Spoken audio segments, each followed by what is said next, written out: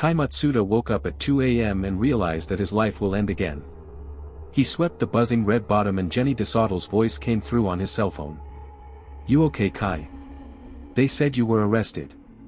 Looking around to confirm he was still in his own bedroom, Matsuda reassured DeSautel that he was not in custody. He reached over to the empty bed space and realized that Melissa was gone, and so were her clothes which were hanging on the back of the chair. "Rumor has it that someone broke into Dean Hutchinson's office, and said he was you when he was caught." "I was home all night," Kai mumbled, staggering to the sliding door by the balcony and saw that Melissa's Cadillac was still in the guest parking spot.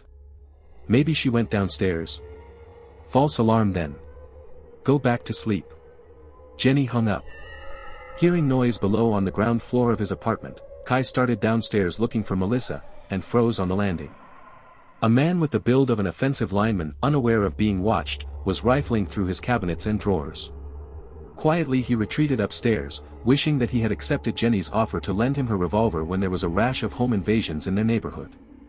"Nah. What do I need that for?" he said to Jenny. "Dumb decision as usual. Now the thick guy downstairs will snap his neck with 2 fingers. Or, he could run to Jenny's apartment, which was just 2 blocks away. Jenny, who made him chicken soup for his cold, bought him meclizine for his vertigo, and told him to buy a fleece jacket before his first winter in New Orleans, even though he thought was in the tropical south, a piece of advice he was grateful for, could now provide safe harbor for his plight. Kai exited the sliding door, slid down the balcony post. His 2 a.m. run across the driveways and lawns was not witnessed except during the later reviewing of the security cameras feeds by the police when they observed the lanky grad student with nothing but his shaggy hair and white boxer dashing through multiple fields of view. He knocked and bewildered Jenny let him in. He explained that Melissa had gone missing and a heavy-set intruder was working his way upstairs in his apartment so he could murder Matsuda and dump his body in Lake Pontchartrain. "Why didn't I call the police?" "Well, you know, my stash. Anything more than 14 grams is a minimum sentencing of 6 months in Louisiana, and I have a kilo bag which is nearly full." "Why so much?" "Well, I was a steady consumer." "Yap. If the cops get a whiff of it, no pun intended, I am definitely going to end up as someone's pretaboy in Angola." Kai has been smoking pot since Berkeley High. However, with age the side effects caught up with him. In the past 6 months he has experienced worsening vertigo and nausea after each usage, which led to the decision of quitting, and giving the rest of his cash to friends. Last night was supposed to be the last hurrah before a lifetime of abstinence, which eliminated any lingering doubt about quitting the stuff, as 30 minutes after he and Melissa shared a joint, he experienced such nausea that he threw up all the cherry ice cream she made for him. Feeling bad he didn't have the heart to tell Melissa that all her hard work went the way of the porcelain bowl. Jenny opened her closet. He donned her purple t-shirt with gold LSU tiger stenciling. Although half a head shorter, Jenny's jeans were nevertheless too long for Kai, which was easily solved by rolling up the cuff. The bigger challenge was that all her shoes were too big for him. The only thing that came close was a pair of pink high tops which he can keep on with 2 pairs of wool socks. Then he asked her for the gun. "Why don't you wait until he is gone?" "How would I know when he is gone? Besides, Melissa could still be in the apartment. She and her clothes were gone but her car was still in the lot. I want to make sure she is safe from the intruder." She presented a .22 caliber revolver with a 1-inch pinhole barrel and banana-shaped grip which fit 2 fingers.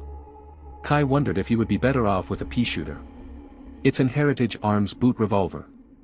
I can bag a squirrel at 30 yards consistently with it back home at Homa." "Why would you shoot squirrels?" "Dinner." She answered his dumb question with raised brows and shoulders. "Let me go with you." "No, Jenny. You have done enough for me. For tonight and for the past 2 years, ever since I met you at Charity Hospital emergency room with my panic attack and you were the only person who sat me down and talked to me like a human being and explained my condition. Regardless of what transpires tonight, I don't want you to get involved." He cupped her face in his palms and she closed her eyes in anticipation, but the kiss never came. The security camera showed the gangly figure with purple LSU t-shirt, cuffed jeans, and pink high tops scampering back to his own apartment. Kai entered his apartment from the unlocked front door, lifting it slightly as he opened to avoid the creaking. He can hear the intruder upstairs in his bedroom in the dark. He rushed upstairs, aimed at the giant's leg, and pulled the trigger. Nothing happened. Single action, which means you need to cock the hammer each time before you pull the trigger. He cocked the hammer, aimed again, and the gun popped. The bullet, however, was stopped by the intruder's thick boot. The large man tackled the grad student to the ground and started to choke him. That's it. The end I have always predicted. I will die young and leave a scrawny corpse. Then came the loud thud. As the intruder fell to one side, revealing Jenny with a frying pan behind him. Man, that hurts like motherfucker. You know that hitting someone in the head so they pass out conveniently thing only happens on TV, right? The heavy man moaned, rubbing his head. Yap.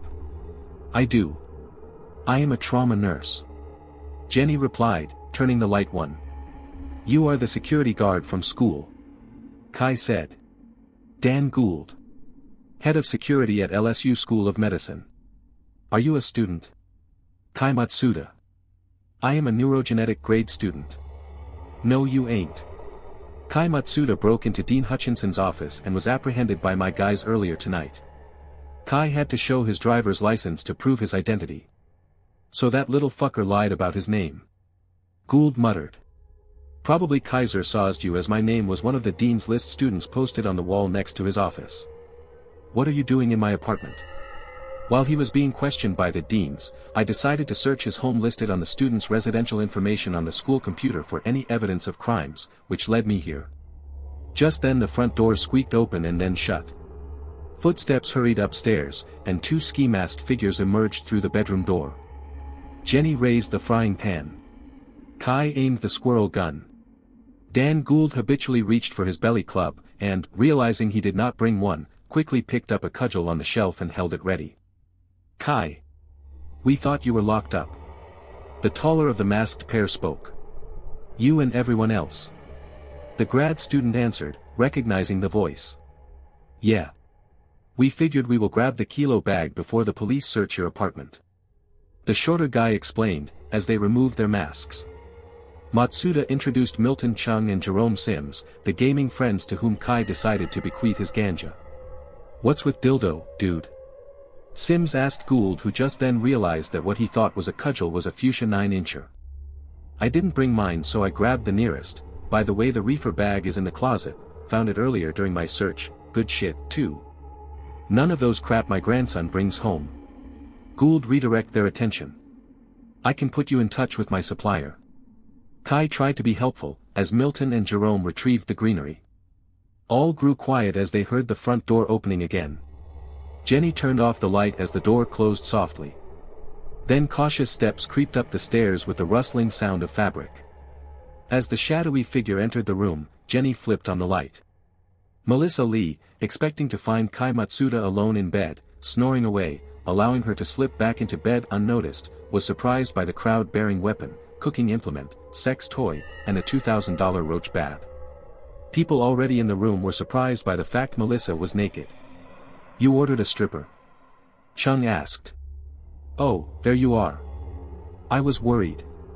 Hey Dan, if you are looking for a quality product, Melissa here is your man. By the way honey, could you remember to put the vibrator away next time? We have talked about this before. Melissa ran downstairs and out of the front door too fast for Kai to follow her, leaving behind her handbag. Momentarily a muffled sound of a motorcycle engine purred in the alleyway behind the apartment.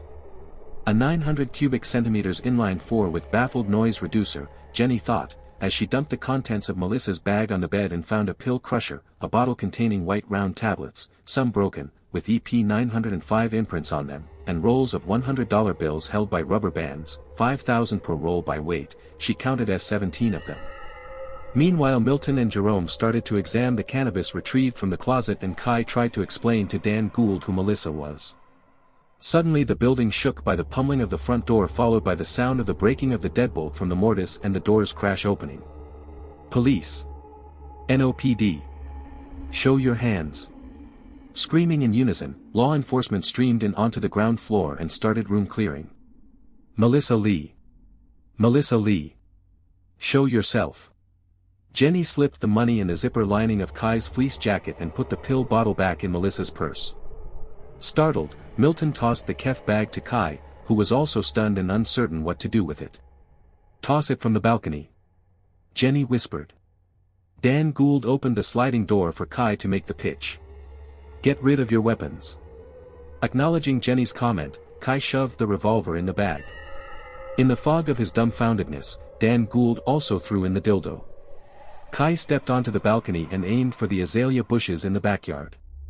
Never known for his athleticism, he missed and the bag bounced off the top of the fence and landed outside on the windshield of a police cruiser, no doubt parked there by one of the New Orleans finest who was stumping up the stairs to continue their search for Melissa. Keep your hands high and put on your best don't hurt me please smile. Jenny ordered just before the police bursted into the room. Swallowing the story that Kai, believing that girlfriend has gone missing in the middle of the night, called them to be there for help with a search, the police let Milton and Jerome go first, provided that they will be available for questioning. On their exit Jenny gave them a whispering reminder to collect the dope from the top of the police vehicle. Maurice Collo, a mid-level dealer with an extended rap sheet, was gunned down in front of his apartment today. Witnesses described a shooter matching Melissa Lee's profile. We had her on our radar for some time now. She came on the scene barely a year ago and has already cornered the market supplying weed to the professors and grad students in Tulane, Loyola, Xavier, and LSU. Collo was Melissa's supplier. We wanted to take her in for questioning and pinged her cell phone and the OnStar system on her Cadillac. Both have remained static in this location since last evening. Detective Lisette Washington explained. Kai called Melissa's phone and a faint buzzing can be heard. The detective followed the sound and retrieved Melissa's phone from between sofa cushions. So, here is the background and now, tell me your story. You first. She looked at Dan Gould. Gould reported the apprehension of an intruder in the office of Dean Hutchinson of LSU Medical School, who gave a false name of Kai Matsuda. As the dean himself was interrogating the individual, he decided to come to Matsuda's apartment to look for evidence of property crimes. So you were told to step down but decided to pursue the matter anyway. Washington looked at the school security guard sideways, uncertain how much energy to spend on berating him for his inappropriate and illegal overzealousness at 3 a.m. The night duty desk sergeant did not report any break-in. It was never reported by the school authority.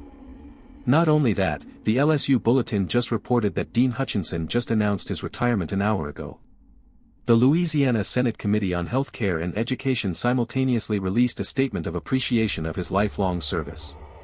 My theory is that the intruder actually found evidence of. Whoa. Washington held up her palm. If it's some high-power backroom conspiracy voodoo shit I don't want to corrupt my pristine official police ear by hearing it. Way above my pay grade. You and me sister. Gould replied.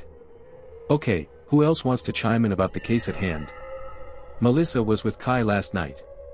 She made cherry ice cream, dusted it with crushed sleeping pills, lorazepam from the look of it, hoping to knock Kai out all night and wake up with her still next to him, therefore providing a solid alibi, along with her cell phone triangulation and OnStar locator, proving that she was nowhere near the Collo scene. Jenny displayed the pill bottle and pill crusher she found. Unbeknown to her, Kai got sick and vomited the ice cream, and therefore the medication, in the bathroom without telling her.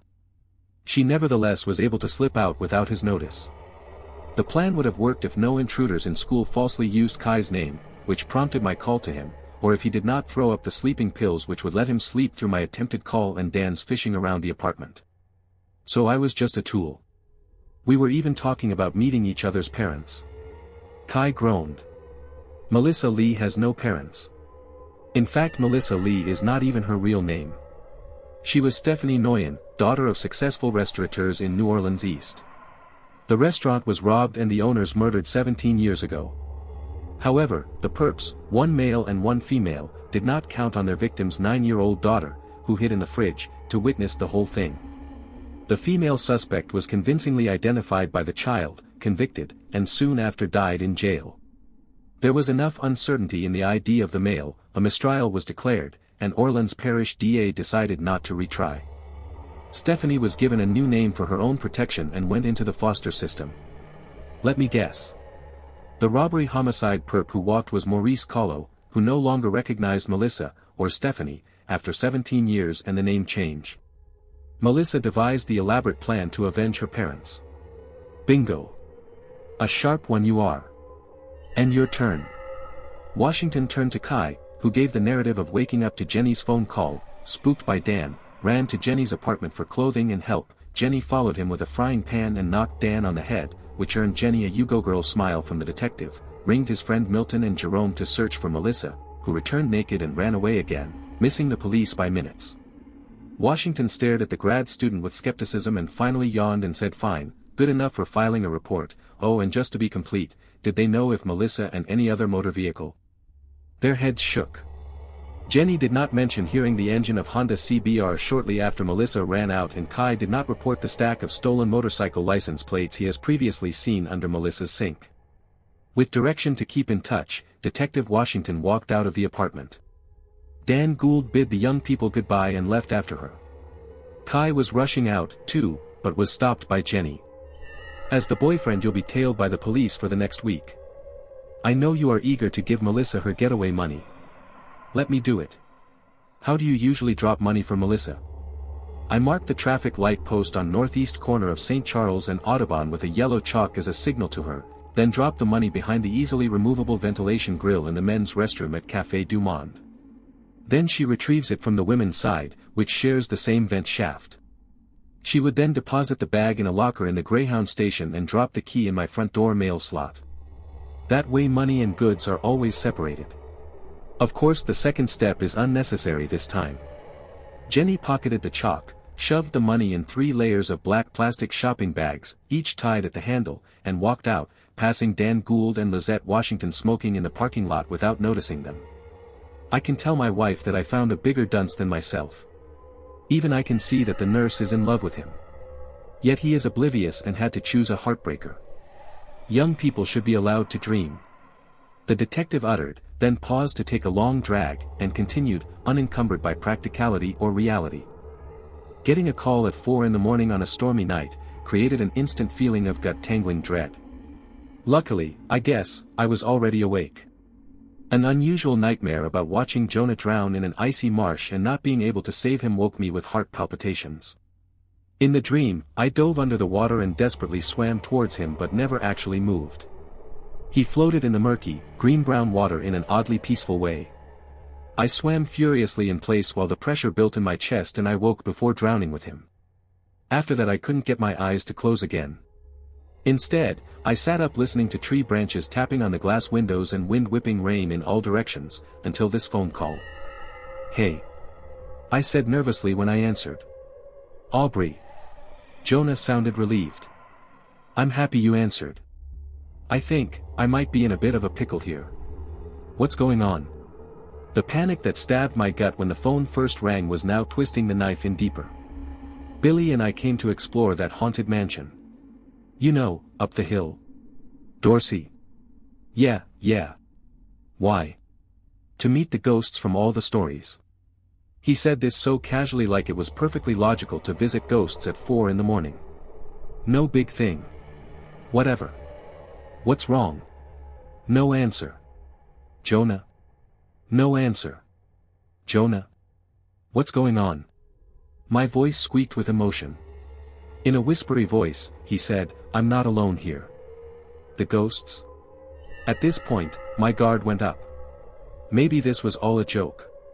It wouldn't be unlike Jonah, really. He liked to scare people. No. He still whispered. Someone else walked in. "Where's Billy?" I asked as I suddenly caught on to the fact that Billy and he went exploring, but only was now not alone. I don't know. I haven't known for a while. "Why are you in trouble?" "I can't." I waited. "Jonah?" I whispered. I pulled my phone back a little to see if we were still connected. We weren't. For a few agonizingly long minutes I waited. Calling back might not be a good idea if he was hiding.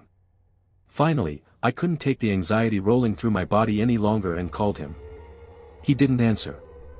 I tried to be patient and kept waiting, but my mind played out hundreds of dreadful worst-case scenarios. Then there was that dream. How could I ignore that moments before this call I had that intense dream of him being in trouble? I threw on my dark jeans and a black hooded sweatshirt in case I needed to blend into the night. Being the overly prepared type I've always been, I also shoved first aid supplies, a flashlight, and a knife, the only weapon I kind of could use, into a backpack.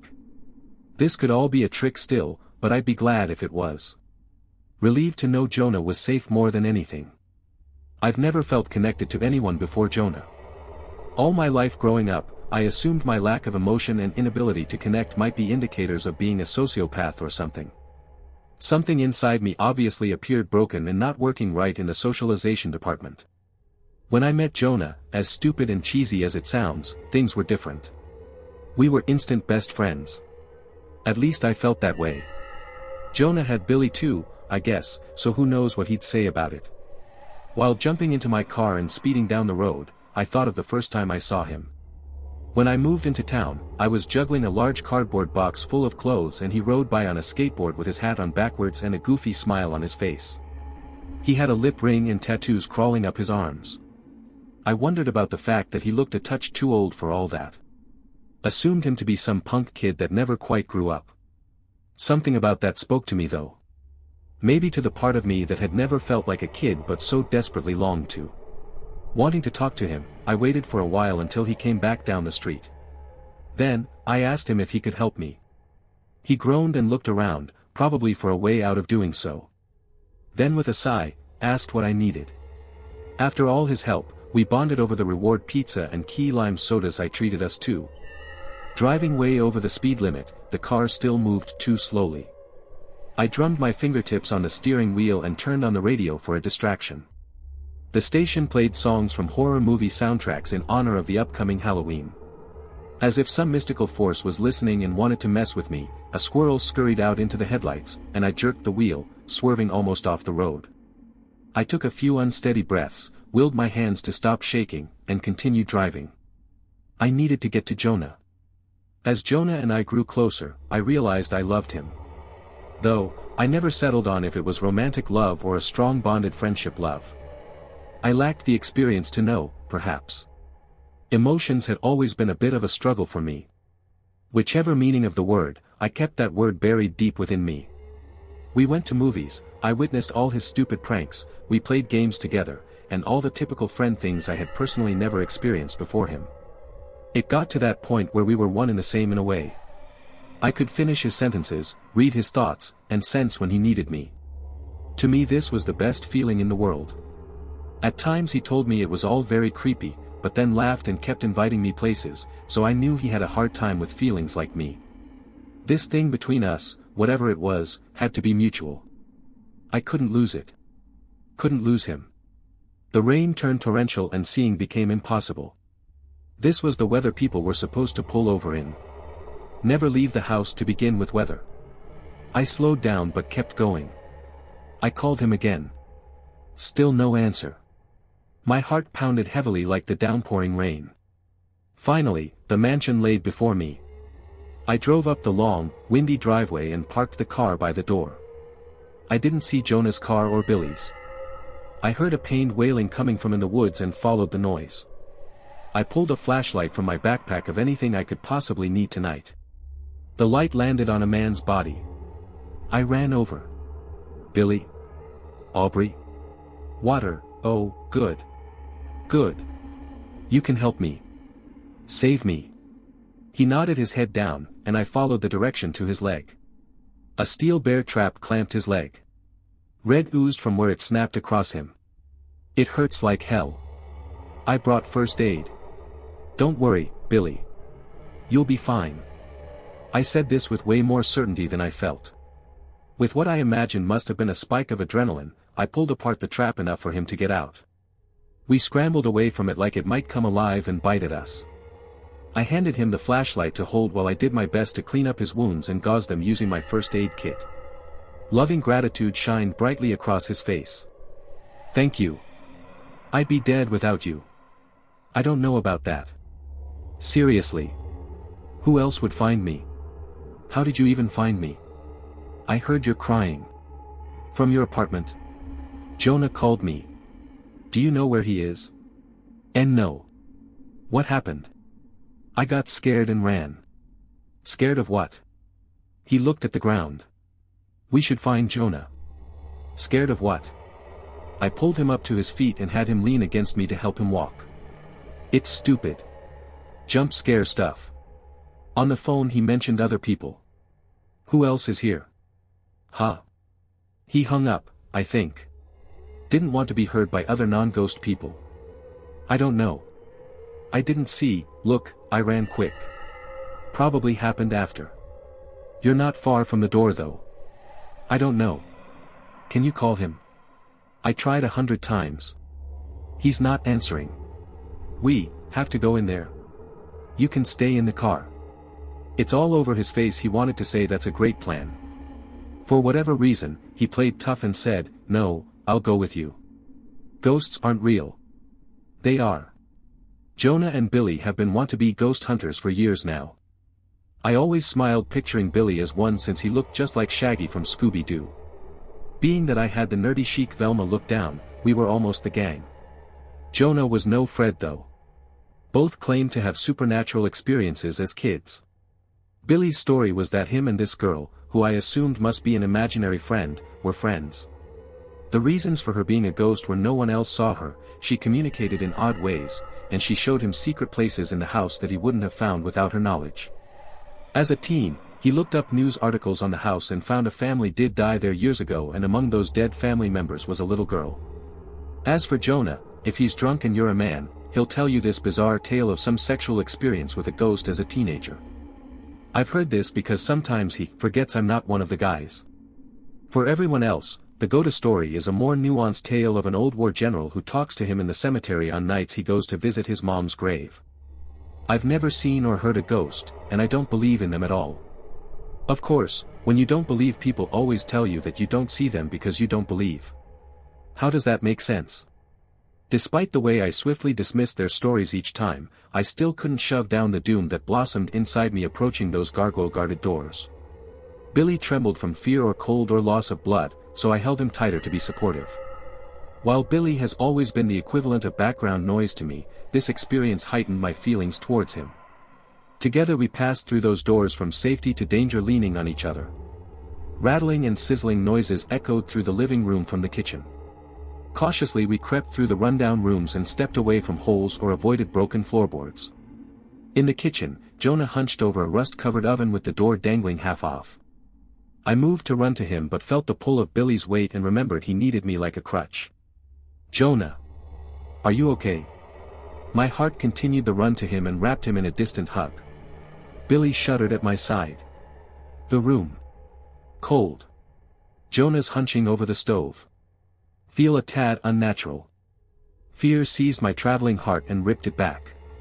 Jonah spun around and grinned. His lip ring shined in a flash of lightning that broke through the window. Hey, guys. You want breakfast? He shook a dusty pan over the top of the stove. I wondered if he made the sizzling sounds with his mouth, because nothing sizzled. Always joking. I rolled my eyes. We've been so worried about you. Why? He laughed. I'm making eggs and bacon. The kitchen smelled of mold, and only mold. No warmth radiated from the stove. No light either. It didn't seem likely the place had any electricity. Who were those people? Assholes. Man, those guys were assholes. They locked me in the basement. How did you get out? He shrugged and picked up a broken spatula from a ball of cobwebs to flip his invisible breakfast. I don't know. Sort of walked through the door. Through the door. Billy and I exchanged confused, fearful looks. Jonah laughed. You two look like you've seen a ghost. Maybe your night's been worse. Well, I did find Billy in a bear trap. He winced like I reminded him he felt pain. What happened in the BB basement? Billy asked. His arm squeezed my shoulders as he pulled me tighter. You know. I kind of don't remember. The one guy, I want to say he hit me in the head with something before locking the door, and I think I fell down the stairs. Must have passed out a while. Why did they do that? I asked. They were here to purify the house or some shit. Convinced of its evil and all. He opened a cabinet door, and the whole door come off. He tossed it aside and reached in for a plate. No, 3 plates. Where'd they go? Must have left while I slept. Where's the basement? He pointed at a deadbolt, padlocked door. Right, I gulped. You lock it back up. Huh. Maybe they didn't lock it. My head feels kind of jumbled. I'm starved. Any ghosts? Billy practically whispered. No. So disappointing. Jonah, I think. Billy, I need to stay here. I leaned Billy against the counter. I unlocked the basement door. I shined the flashlight down. When the light hit the bottom of the stairs, tears flooded my eyes. My hand clamped across my mouth as I screamed. What is it? Jonah asked. He walked over to me and put a hand on my shoulder. We both looked down to his twisted limbs. His lifeless body. What's that? Jonah backed away from me. This a joke? I shook my head and fell to my knees. A pain unlike anything I've ever felt before shredded through my body. No. No. It can't be. It can't be. It can't. Billy limped over. We should get out of here. No. I screamed so loud he covered his ears. I'm not leaving him. I'm not losing him. I can stay here. I'll just stay here. He's here. We can stay here. We can call the cops. I think I heard something. I should go to the hospital. You should, Billy continued rambling on, but I stopped listening. A ringing pierced my ears. I shut my eyes tightly and prayed this was all still a nightmare. Then I heard it too. Footsteps and whispers. We weren't alone. I'll kill them for doing this to him. But Aubrey, I think someone already did. Billy whined. I mean, you're probably right. I probably would have known if they entered or left, right? What if? What if they were ghosts already? Here all along? Or killed by the ghosts for trying to get rid of them? Jonah added. I didn't see any cars in the driveway. We parked down the road. Scared of getting caught, Billy said. I don't want to leave you, Jonah. Jonah laughed. What? Stay here. Give up everything. Why? Because I. The look of fear on his face stopped me. I knew that look. I had given that look to so many people. So many people who told me how much they liked me, how I was the only one who ever got them, how they loved me. I gave that look because that look means I don't feel any of that. I can't feel any of that. While that look makes us more alike than maybe anything else, the distance between us grew like a meteor crash landing and forming a crater. I had been so wrong. You guys need to leave. I'm fine. I want you both safe, Jonah said. As my world spun out of control, other ghosts were closing in on us. Billy tossed whatever he could get his hands on at them. All the objects went through them, of course. Come on, Aubrey. We need to get out of here. Billy screamed. Billy, who now seemed possessed by that same strength of adrenaline I felt earlier. I pushed myself up, wrapped an arm around Billy, and together we hurried out of the mansion. Ghosts clanked and screeched behind us. We stumbled down the stairs and into the car. I don't think they can leave the house, I said when none of them followed us. Better we don't take that chance. Billy said while patting the dashboard like he could coax the car into running itself if I didn't start it soon. At least the rain had stopped. We drove in silence for a while. Both of us, I assumed, too shaken up to say a word. Tears rolled down my cheeks. I felt Billy's hand on my arm and then the top of my hand. I loosened the one hand from my ironclad grip on the steering wheel, and he held it in his. This all really sucks. It does. But we'll be okay somehow. His voice was weak and uncertain, but I appreciated the effort. He was probably right, or would be one day, at least. For a while it'd all be bad, but I'm grateful we had each other. I squeezed his hand like a thank you. It was just like the dream. I felt helpless and Jonah had looked oddly peaceful. The bane of mankind is curiosity. For every splitting of the atom, and antimatter reactions are many curious human beings who died desperately clawing their way towards knowledge and the betterment of mankind, all in the name of science. Somewhere on the moon, a path is revealed by the clearing of dust, and glimmering through in magnificent pulses of light, a golden obelisk set in a valley jealousy enclosed in the bosom of a crater.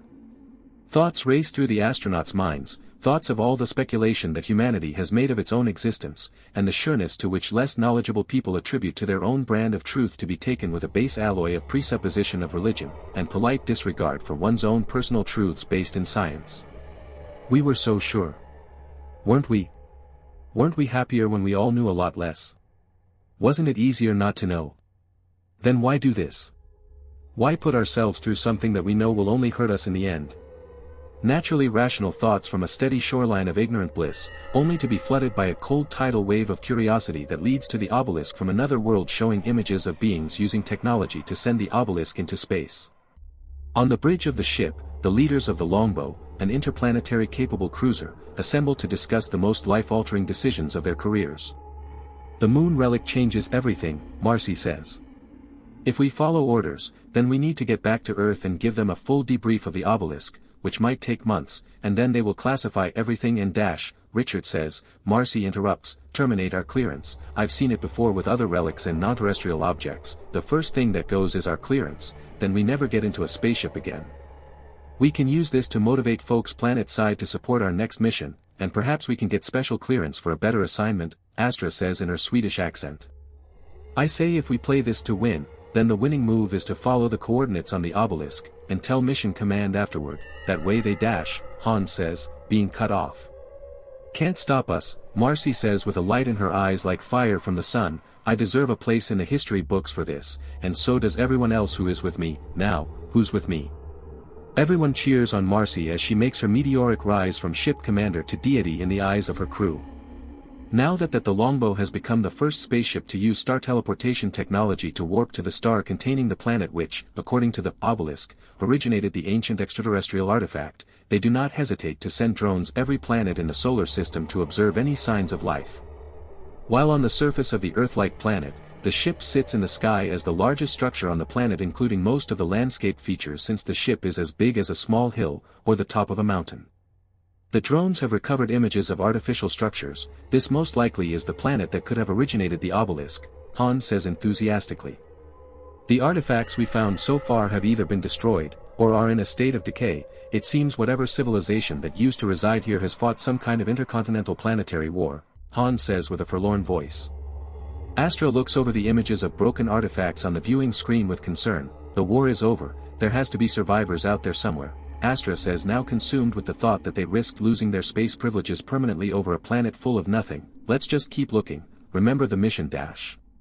Isn't everything, it's the only thing, the crew says in unison as they bloom with renewed vigor. Later, a drone passes by overhead, that is, over the heads of the Morlocks, the last surviving race born on this planet. They see it, they understand it since they had spaceships of their own once. Inside the deep labyrinthian catacombs that sustain the Morlocks with heat from the planet's core, drawings of the drones are presented and builders build in the community workshops. At the center of the catacombs, with walls painted in ancient hieroglyphics, digitally captured video of the spaceship Longbow is shown to the elders of their people, who are counseled by the experts of the various fields of knowledge in this world. Back in the observation room full of screens and monitors fed by roaming planetary drones capturing images of relics and traces of wildlife. What if they are starving to death and we could save them? You're telling me we should just what if the government doesn't exist anymore? Doesn't that mean we vote for the new ship commander? Hans asks pointedly. I've heard of people whose countries change their laws mid-mission. The crew is responsible for itself, and there must be a majority vote of confidence in leadership, Astra says. Days later, the crew is back in the observation room with the addition of the below-deck crewmates who have been compelled by Marcy to see the results of their massive risk to their futures in space. When the people of the ship see relics of their own ship that imitate their own ship, the Longbow with sounds and lights from materials born from this world. In the coming days, the crew intensively scoured the planet looking to piece together the story left behind by the destroyed relics of this one great world the crew has nicknamed Ozymandias, since the works were mighty once, but now only vast wastelands stand in the place of great planet-spanning civilizations. Looks like it was Definity War, Hans says. Were you expecting an act of God? Marcy says, evoking a comical smirk from Hans.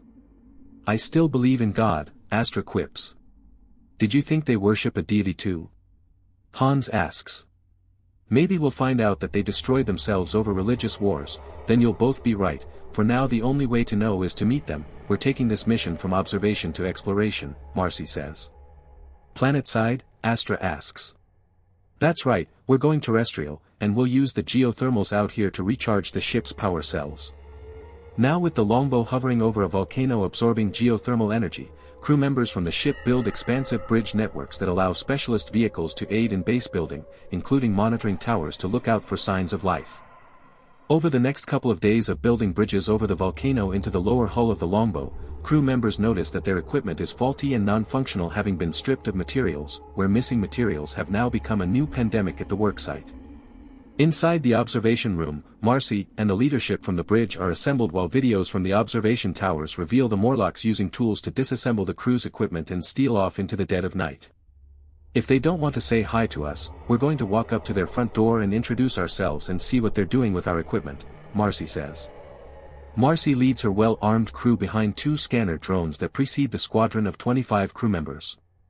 They wander through canyons sparsely littered with leftover food and waste products, then they follow the drones farthing down into reinforced entrances that the drone deciphers and opens electronically. This is it, get ready to meet our new neighbors, Marcy says, holding her rifle with its light pointing inside a great machine-made tunnel.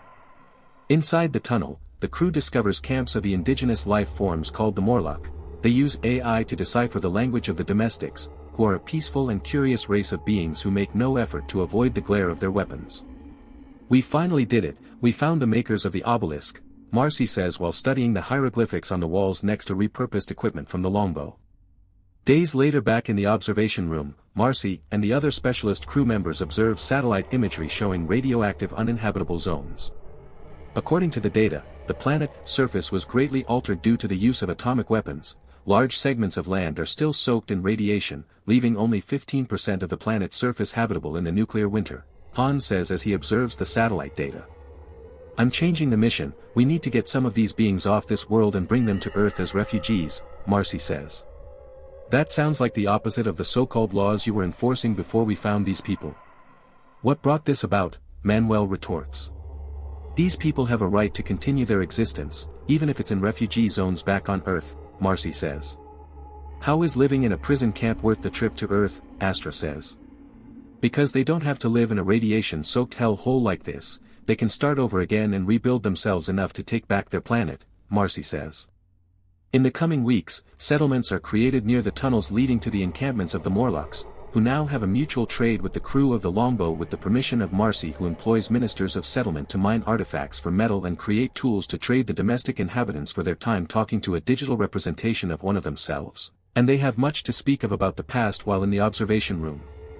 Later in the observation room, Marcy, Hans, and Astra go over the audio and video of interviews with the Morlocks.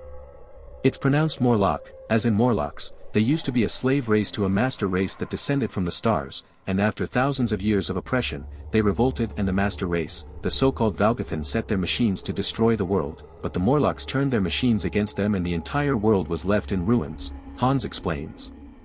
Marcy is not surprised. Aren't you glad it wasn't an act of God? Maybe their God still loved them. You're awfully cynical for someone who has made the greatest discovery on Earth, Astra reproaches. What I found, is no matter how far away we get from Earth we're always going to run into people like us, people who never were just allowed to be free and benevolent. There's always something out there with superior force imposing its will on something weaker, just like us. You said we can give these people a chance, do you still mean it or what? Hans exclaims. Yes. Then let's cheat their fate just like they were cheated out of peace, and let's all dedicate ourselves to the mission to take them back and let them rebuild and come back stronger. In the wake of the new settlements among the Morlocks, troubles began to sprout in the form of disturbances amongst the Morlocks that routinely put the crew of the longbow in danger and at odds with the Morlocks, whose resident thugs became the loudest and most problematic. And in the wake of these disturbances, the crew begins new mission parameters which include fortification of the longbow with autonomous gun turrets that are last resort weapons. Days later, Marcy negotiates a parley with the violent thugs who call themselves the leaders of the Morlocks. Really, they are tyrants who use their authority given to them by the elders to control the Morlocks on the surface and barter better deals with the crew of the longbow. Tell them either we all come armed, or they don't get what they want. No negotiations today, tell them, Marcy says, aiming her rifle at one of the worst thugs in the group. After a brief back and forth with the others, the thuggish Morlocks give Marcy and her crew the clearance to proceed down to the ancient catacombs with her crew armed and ready. The way is long and tense as the armed crew of the longbow, led by Marcy, travels the distance of a skyscraper down into the surface where members of her crew are being held hostage for negotiations to come. At the bottom of their descent, they arrive at the sacred catacombs, where they find none of their crew, but instead their tracking devices. "What is the meaning of this?" Translate, Marcy yells. A Morlock elder explains that he received the tracking devices through a trade, and after Marcy radios to the surface and confirms missing crew members are accounted for, she listens to the elder tell her of the origins of the obelisks.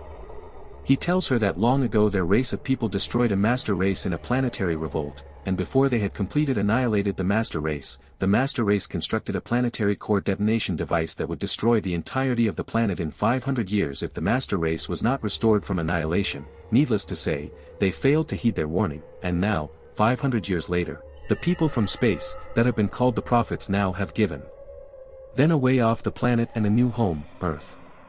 Just when the elder finishes telling the history of the world, the planet cracks and rumbles, endangering everyone underground, and forcing every life form, human and otherwise, to flee to the surface, including Marcy and her crew, who use their rifles liberally to escape the crowded catacombs, as everyone on the planet is now doomed. From inside the observation room, Hans and Astra are viewing video feeds from the armed and ready observation towers, which record images of the Morlocks and their elders taking crew members of the Longbow hostage and demanding entry aboard the ship.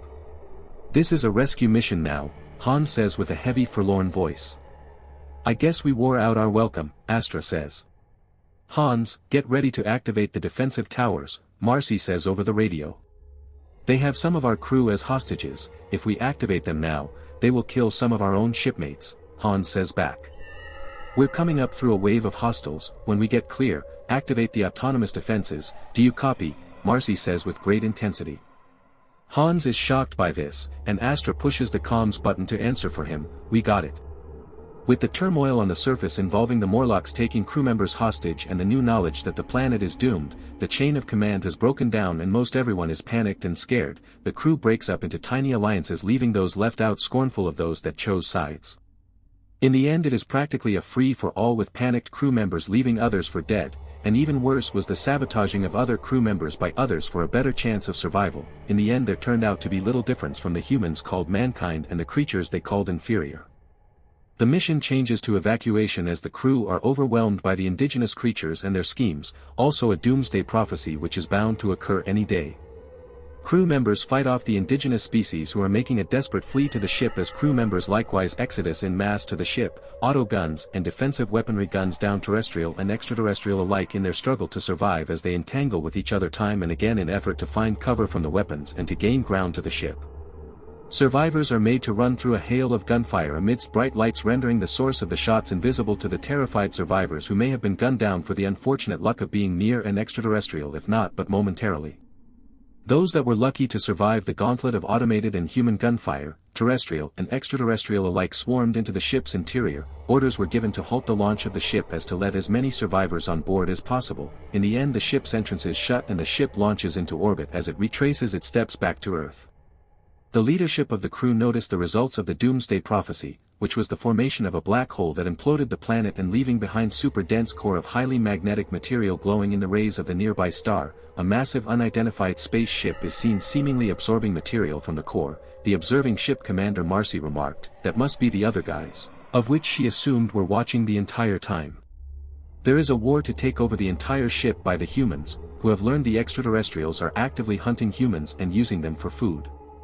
The human race overtakes the remainder of the ship and feeds the extraterrestrial race with a high-protein diet. During this time, the extraterrestrial race managed to escape its hold with the aid of a sympathetic human. The extraterrestrial tried to free his compatriots and murdered a handful of human crew members, but ultimately he was captured in an armed struggle to free his comrades. The remainder of them were kept in stasis until they reach Earth. The surviving crew members and extraterrestrials appear in the mass media after they make it back to Earth. It is revealed that other expeditions are common by now, and sentient life is commonplace amongst space travel, leading to the theory of seeded civilization. "Would you mind, Val?" said Charles, casually waving an empty glass in the young man's direction. Attentions focused momentarily as the group waited to see what he would do. Cindy's eyes, deliberately dilated with just the smallest drop of ecstasy, reflected silver in the strobing club lights. Val checked in the act of replacing the stopper on a small bottle, his long, white fingers poised. With a small smile he slid it into an inner pocket and took the glass. Cindy's hand tightened slightly on Jennifer's arm. The music was so loud, and so deep, that the cross she wore as a pendant jangled between her breasts, a pleasant little buzzing sensation as the molly intensified. Charles gathered them up with a vague motion of the hand. The clique were as well practiced as Navy SEALs in nonverbal communication, a natural consequence of the club life. Cindy, Penny, Jennifer. Jennifer breathed in slightly and pointed questioningly with her nipples at the slim, retreating back. Draped in slits from her slender shoulders, the shimmering blouse was only barely clinging to her chest, like a mountaineer with two fragile pitons. Esteban managed, "That's his affair, if he finds us, fate takes a hand, with only a tick of a waxed eyebrow." Jennifer giggled in agreement, pressing long red nails to her perfect face as Penny tipped an oversized hip towards a mostly hidden door. The groove of a well-toned abdominal muscle sliced along her midriff and under the waistband of her vintage DKNY jeans. It tied her together, made it perfectly obvious that she was naked under her clothes, that the ensemble, which had actually taken a careful hour and 15 minutes to select, had been just thrown on. "Booze, more booze, it's my birthday," shouted Charles, as they burst ostentatiously through into the club's inner recesses and the cacophony lost its treble. The doors closed behind them. "Yes sir," said Jose. The bartender spoke without moving his lips as well, with eyebrows and subtly. Leaving the glassware at the end of the bar, the man slid down to intercept the throng. Charles crackled up to the polished granite slab, the energy of the night flowing around him in glitz and magic. Gazing into the mirror, he liked what he saw. The girls swarmed round, they had always done that. Jason was there, and Esteban, who had changed his name for the stage but who was still just as good as ever. The club was in full roar, but this was their space, their privilege. Charles twisted, taking them all in with a sweep of his expansive hand. "Here you are," said the young man, holding up a tinkling glass. No one had seen him come in. Charles frowned, but took the drink. "Thanks," he said, automatically, surprised that words were audible, that they could speak and be heard there, in that room. It felt as if he were in the ocean and had put down his feet after a paralyzing roller to discover the sandy earth much nearer than he had expected. Charles smiled. "Who are you again?" he said. "The name is Val," said the dapper young man. He was wearing a black jacket, the cuffs turned back, dark slacks and leather boots, but nothing about him seemed to shimmer at all. Even in the quietude of the VIP bar the air still hummed, the bass notes forcing Jose to separate his hanging glassware. "You're cute," said Cindy blandly, blinking to rehydrate her dilated eyes. She made a nearly subconscious motion to the bartender and something fruity was instantly in her hand. "No, I am not," said the odd young man. "I am invisible." Instantly, the group fixed on him. "I haven't heard self-abnegation in years," Jason drawled. "Self-abnegation, what's that?" whined Jennifer, stretching until her mountaineer nipples strained at their moorings. "It's just a word," said Jason, caught out. "It means self-denial, the denial of self," said Charles, with growing interest, finally taking a sip. He gasped and drew in his breath. "A while since you have had a drink with no fruit juice," suggested Val, with a wry smile. Charles grinned sheepishly. Cindy and Jennifer peered over into his clear glass as if at an anatomy lesson, eyes rounded and lips curled. Charles shifted slightly to block from view the row of tall glasses lined up on the bar. They were already filled with a pink slush, cherries and fat wedges of pineapple. "Yes, perhaps," he admitted, "but today, I am a man." Bracing himself, he imbibed another stiff sip. "This, vodka," he ventured. Val shook his head. "Tuica," he said. Esteban took the glass and eyed it closely. "Never heard of it," he said, suspiciously. "He's never heard of it," said Charles. Penny dipped a finger and put it in her mouth, the movement an extension of her entire body. "Fruity," she said, moving the word through her whole mouth. "Is from the plums," said Val. "Romanian. I bring it here, a special." "Plums? Like?" said Cindy. Val shook his head. "Is that what you got in a little flask?" demanded Jennifer. For the first time, Val looked surprised. He reached for his breast pocket, hesitated, then continued, drawing out the intricate little bottle. The cap was a brass wolf's head. He proffered it and it was clear he was saying, you see, it would never fit in this. What? Yeah. In there, breathed Cindy, leaning closer, her pendant wafting away from her body. Val took a small step back. Cindy smiled deeply, smoldering her eyes. What, cha? In there, she asked again, the corner of one purple lip ticking up. Finally, Val nodded, slightly. Is my private elixir, he said. It's a drug, said Jennifer, Jason and Cindy, all at once. They giggled and did not look at each other. If you wish. Suddenly, Charles broke in. Where did you come from, anyway? Val looked at him, his black eyes glistening silver. You saw me by the door of the club. You thought you would have some fun, remember? Well, yes, by the door, said Charles. You looked lonely. Val shook his head. You were bored, he said. I don't usually, Charles said, haughtily. Esteban pointed you out. Hell, it's my birthday. And I do not usually allow people to see me, said Val, his voice pitched so low that only Charles could hear it. Hey, I've seen something like that before, interjected Esteban. He placed a hand on Val's wrist, only to snatch it quickly back. You're cold. Like damn cold, said Penny, sidling her hips into Val's leg and pouting in a little girl's voice, let me have a taste, sweetie. Just one little taste. Cindy laughed darkly. Gimme, Penny said. You would not like it, said Val. Is not for you. No, definitely not, said Esteban, grabbing Val again, above the turned-up cuff, and moving the vial away from Penny's eager hands. What is it, what's going on, demanded Charles. He felt befuddled, the music playing tricks with his heartbeat, all the alcohol they had drank swirling undiluted through his swollen veins. He couldn't think. Somehow, the room had become empty. It was only them. May have some. Cindy.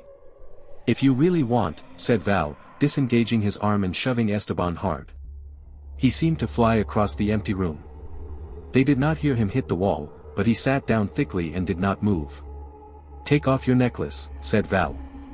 And I will give you a drop. Don't do it, said Jason. Charles shook his head dumbly. Cindy was breathing hard. You want me to get? She said, the sultry act stuck half on, and half off. As if in a dream, Cindy lifted the cross from between her breasts, feeling it pendulum, and slid the long chain over her head. It felt as if a great weight were leaving her shoulders, an encumbrance, without which it was easier to breathe. Charles took a half step away. Cindy leaned closer. With great precision, Val unscrewed the wolf head cap. He tipped the vial, an improbable amount, and a single, crimson drop slid thickly onto his fingertip. It was dark, more viscous than water, a negative element that seemed to pull light in, hurting the eyes, even as it challenged them, a subtle thing from another place. Cindy's lips parted in a little gasp and, in a lightning-quick movement, Val grabbed hold of her neck with one strong hand and shoved the other into her mouth. She might have screamed. Oh my! Screeched Penny, cringing back, her hands over her face. Cindy jerked away, a peculiar look on her face, makeup smeared. Something, it might have been tears, began to ooze from her left eye, leaving a black furrow over her trembling cheek. No, gasped a voice. It was Esteban. He was up, swaying like a drunken man. No, he cried. It's only for the king. What are you talking about? Screamed Charles, fumbling backwards. Esteban swayed towards them, one hand holding his chest. That vial. I've seen it before, the markings, he's Romanian, Charles, he wasn't in the mirror. Screaming, Jason dashed to the door, wrenching on the handle in a frenzy. He threw his weight against it. But, it had been fastened shut, and the music played on. No one could hear them. Do you know who you are? Said Val. The timbre of his voice had grown deeper still, a rumbling growl which filled every corner of the room. He seemed to have become, primal, a beast, as he waded through the stools, reaching out to take Charles's quivering face in his long, cold fingers, claws scratching red lines over his cheek. No, managed Charles, twitching his head from side to side, willing himself to stand, to not lose control of his functions. His back was against the bar. You are no one, growled Val, bringing his face closer. His lips parted and Charles could see the sharp teeth, smell the faded, undead breath. Val's eyes faded, now silver, now black, now no color at all, and Charles felt himself losing his footing in this world. "It's your grandfather," shouted Esteban. He wrenched a sheaf of papers from his jacket, brandishing them in the air as if they were a torch. "It was your birthday present, for your birthday. I was going to tell, your great-grandfather, he was Van Helsing. The great hunter of the supernatural. And he, that creature, the vile, Charles. It's the property of the king, only the king can." Penny came to life and lunged towards the two at the bar, snatching up Cindy's discarded crucifix. With a squeal of terror she thrust it out before her, into Val's side. Her hand seemed to freeze. Val stood as if turned to stone. An eternal moment passed, then he rotated his perfect head and looked straight at her. His eyes were magic, his voice the stuff of night. "No, no, my dear," he said, almost tenderly, and took her breast in his hand. Steam rolled from his body, the air about him chill, like that above a vast, primordial morass. His fingers were cold, and strong. Goose flesh rippled like a web up Penny's body, from her naked breast across her neck, along the perfect lines of her stomach. She seemed to feel a puncture, as if the man were indeed a spider, his hand injecting her with poison. Penny could not move. Unheeded, the crucifix clattered to the floor. Jennifer was on her knees. Cindy lay motionless, her eyes open. She imagined she could see everything. She could feel herself, Una live, the beautiful colors in her blood, the sounds of another world, some other existence, juxtaposing with the thin present. Jason stood where he had fled, paralyzed, as if waiting for an executioner. "It would never have worked with me," said Val, turning his eyes slowly from Penny's rabbit stare to refasten on Charles's. "Nothing you could have done would have held sway over me. You understand that, Charles, do you not, before you die? No man could defeat me. Not, that you are a man. You are a boy in a grown-up body. You do understand. I am not a count, no servant of the darkness. I am the king." The words were a roar, though his voice had not raised. They thundered into Charles's chest like a lion's deep rumble, catching up on no part of him, passing through and through, canceling him out and washing him away. The coldness overcame him and Charles fell, forever, over and over, into the darkness. And then the lights changed. And the music stopped. Esteban leapt to his feet, rushing to Charles's prostrate body.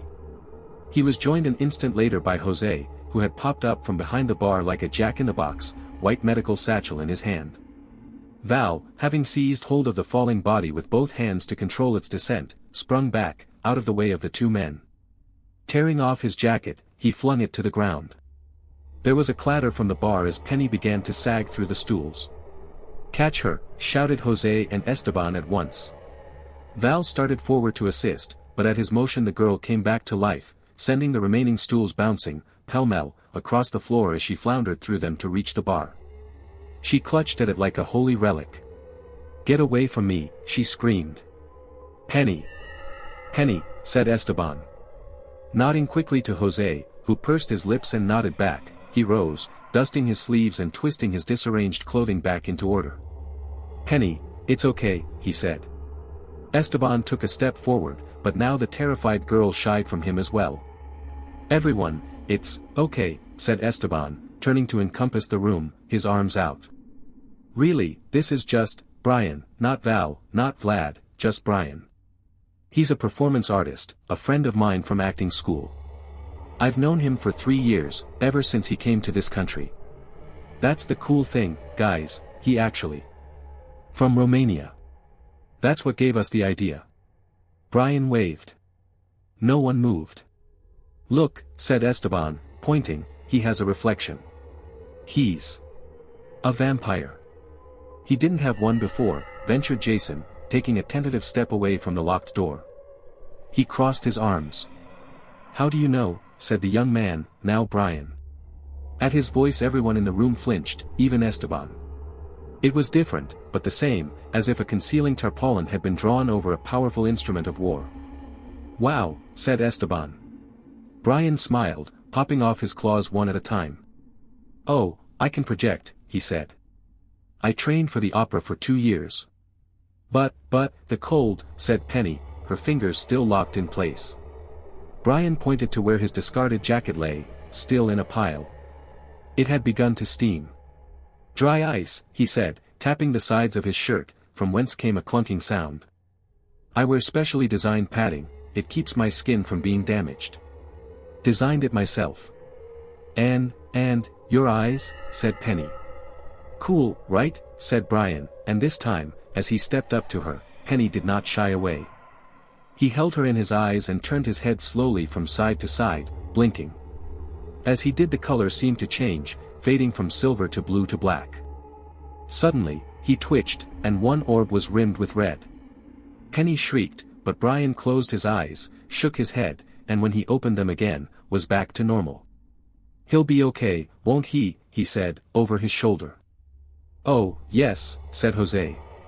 "No problemo." Esteban righted the bar stools, then gathered up the strewn sheets, still lying where he had fallen. "What are those?" said Jennifer. "It actually. An ancestry," said Esteban. "I got it for Charles, for his birthday, but it was so. Brian and I came up with this instead. Cindy spent spring break in Europe 3 years ago, didn't she go to Romania?" said Jason. Esteban nodded. "And is his great-grandfather really Van Helsing?" said Jennifer. "Van Helsing is a fictional character, doesn't really exist," said Esteban, with a demure little shrug. "Oh," said Jennifer. "Hope he's okay." She put on her pouting face. "You really scared us, you big jerk." And, turning to Penny, the girls began to arrange each other, tucking in and pulling out, putting themselves to rights. "And, what about me?" said a little voice. Every head turned. Cindy was half sitting where she had dragged herself, a look of infinite sorrow on her face. There was a long moment. No one said a word. And then Brian crossed over to her with lordly steps, his boots echoing in the silence. Stooping, he picked the girl up from the floor. He was extremely strong. He carried Cindy to the window and sat her on her feet, looking with her, out, into the night. "What was it?" she whispered, at last. "What was it you put inside me?" Brian's long fingers moved the curtain further aside, letting in the colors, letting in that other world. He breathed in, and she could hear his powerful heart. "I did not follow you back to this country to act," he whispered. "I did not conspire with Esteban for his sake, or his friends. I did not play this part for either of them. It was all for you. I am the king, and I come for you." Cindy knew, with an absolute and certain peace, that she would never see anyone in that room again.